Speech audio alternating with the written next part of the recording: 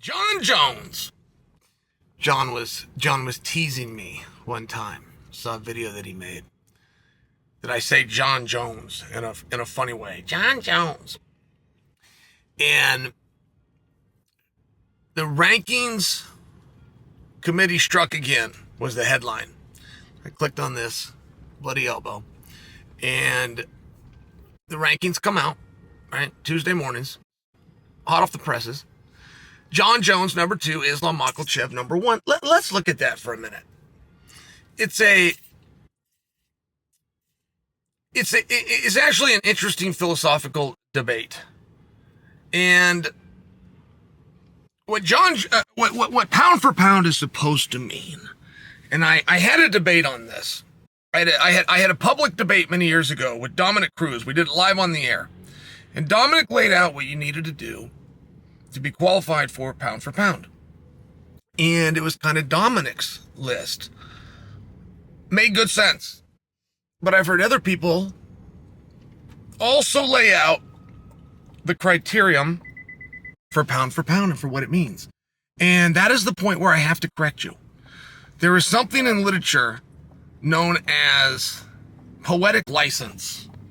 And a poetic license goes to the author of the statement. And the original author of the phrase pound for pound was a boxing writer out of Brooklyn in the late 70s.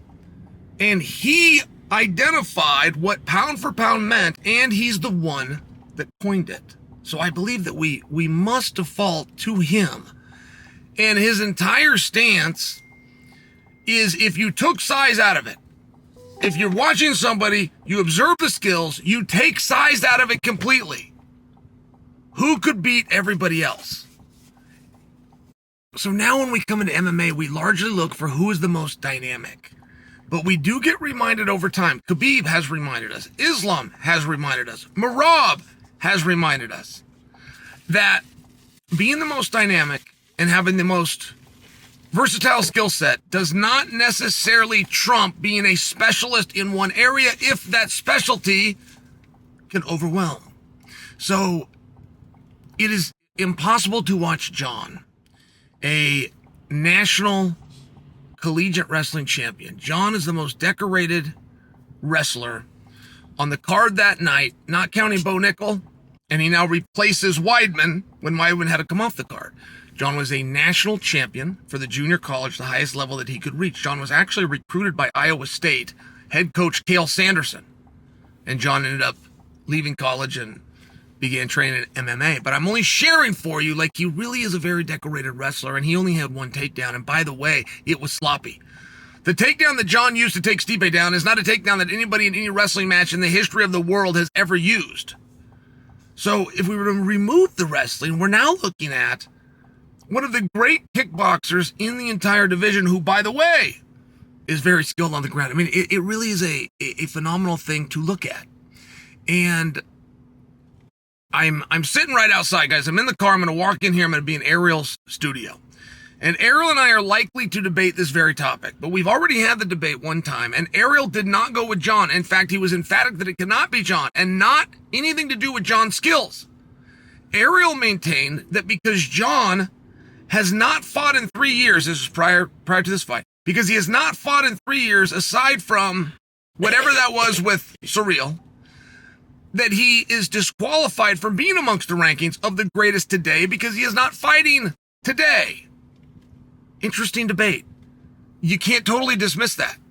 I mean, we take titles and championships off of guys all the time if they are not active. So how can we bestow a title upon somebody who's not active? It was a fair debate. But if you look at the actual skills, and here's a litmus test I love to do. All right. Okay, so we're down to Islam and Jon.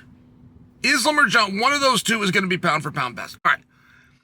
Before you look at the punches and the kicks and the records and the championships, let me ask you a different question. You have a son, and your son is just about to walk into the cage, but you have a magic wand where you can give your son the skills of Jon Jones or the skills of Islam. And whichever one you give your son the skills, he's going to get in the cage and he's going to fight the other one. And if you begin to answer that question very honestly, you will at a minimum have an objective, personalized list for GOAT. But I want to read the comments, and I want to hear what you have to say. If you were in that situation, your son was going to walk in the ring, and you could either make him the skills of Jon or the skills of Islam, and then he's going to go in the ring and fight the one you didn't choose, which do you choose for your son?